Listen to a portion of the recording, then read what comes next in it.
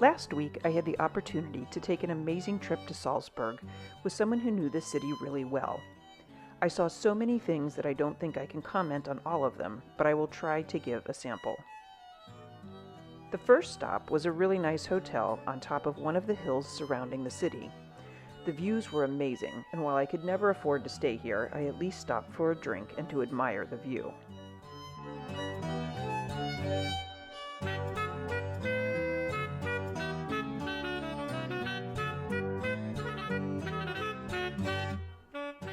Coming down into Salzburg, I found the way that buildings were built into the side of the mountain fascinating, especially given that they have been here for hundreds of years.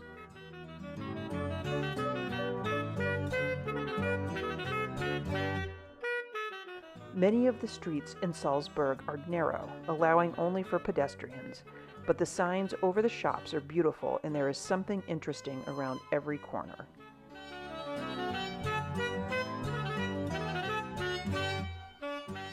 On one of those narrow streets is the house where Mozart was born and where he lived in his youth. It is now a museum and includes many of the family's household items, as well as Mozart's instruments and even his wig.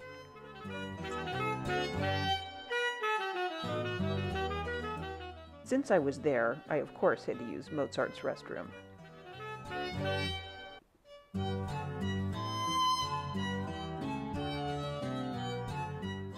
After crossing the Marktplatz, I stepped into the Salzburger Dom, where Mozart was once the organist every Sunday. As with most of this kind of art and architecture, the inside was amazing, though I didn't have time to absorb everything there was to see.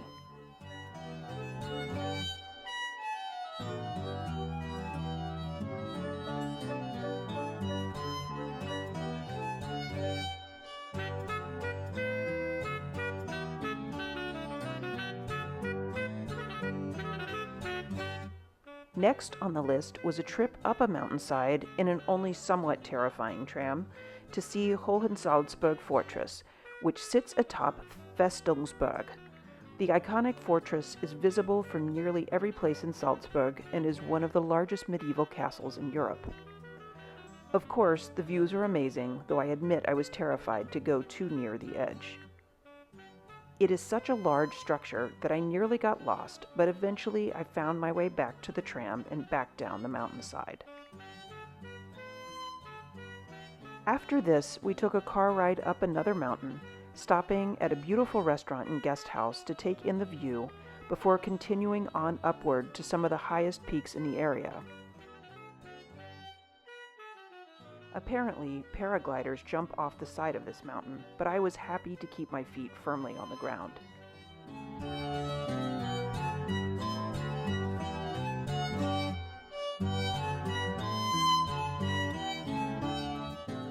After a long day of sightseeing, we ate dinner in Europe's oldest restaurant, which is built right into the side of a mountain in Salzburg and has been there for more than 1,200 years.